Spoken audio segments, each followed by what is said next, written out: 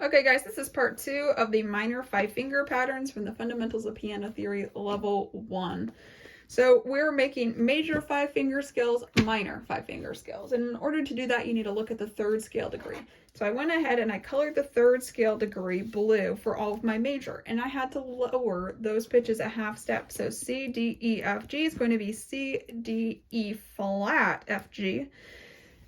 G major is G, A, B, C, D, and now it's G, A, B flat, C, D. D major is D, E, F sharp, G, A, and now it's D, E, F natural, G, A. So if it's sharp, it becomes natural. If the note is just its fundamental pitch and it's just a natural note, then it needs to become flat. So take a second and look at these guys. I'm not going to read off every single pitch. Just make sure that you're looking for that 3rd scale degree and you are lowering it. In fact, I will circle the ones that I changed.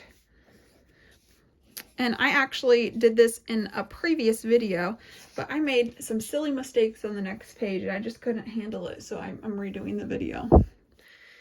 So now we're identifying some passages. So we're going to pretend that this is in music. We see this.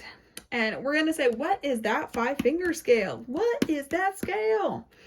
And theirs are all going to be minor. So we're looking at the lowest pitch, which is G, going to the highest pitch, which is D. And that's going to be a G minor 5-finger scale. And looking for those thirds. The third of the triad is going to tell you, for the most part, what the quality of the chord is. So if that third is lowered, then it's going to be minor. If the third is not lowered and it's a major third distance, then it's going to be major. And we have E, F sharp, G, A, B. That's going to be E minor. We have D, E, F, G, A. That's D minor. And we have C, D, E flat, F, G. That is C minor. Oops, I didn't put a line over the C. Boop. That means it's minor.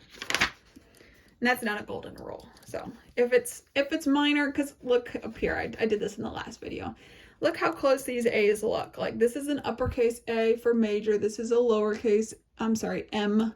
That's the letter M for minor. So sometimes people's handwriting is really sloppy. So just put a line above it if it's minor. And I said in the last video, it's my spring break and I'm like, how many videos can I get done in one day? So I had a lot of caffeine and that's why I'm talking super fast. So I'm sorry. Just pause the video at any time and check it out. So now we're writing all of our major triads and we're finding the third and we're making it minor. And you can see down here, this is where I had my big boo-boo moment and I was not proud of myself. I thought if I just copied down all of the chords at first, then it would make me go by quicker. But in the long run, I wasn't checking my clefs. So shame on me. Here's our thirds. And I'm just putting the root of the chord, which is the 1st scale degree, the 3rd of the chord, which is the 3rd scale degree, and the 5th of the chord, which is the 5th scale degree. To make it minor, you're going to do the same thing as the last page, except now it's triads. You're going to lower it for every one. If it's sharp, it becomes natural. The only weird one is right here. D flat, F, A flat. D flat, F flat, A flat for D minor. You wanted to think that, oh, that could be an E. But you can't change that to be an E. They have to be evenly stacked thirds. So you cannot write D, E, A flat. It has to be a third on a third.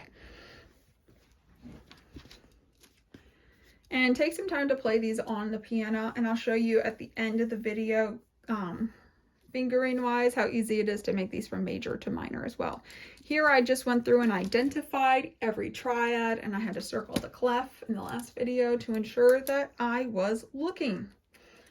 So it says triads may be blocked, and this is an example of a blocked triad. They're all stacked on top of each other, or broken. This is broken. So one note at a time. The root, the 3rd, and the 5th of a broken triad may appear in any order.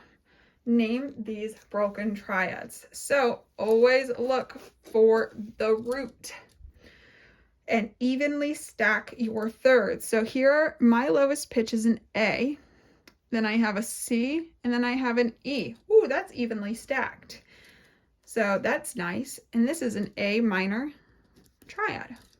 Here I have a D, an F sharp, and an A. Oh, that's a D major.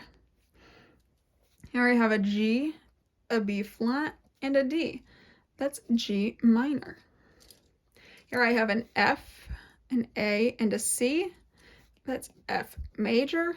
And here I have a D, an F, and an A. That's D minor.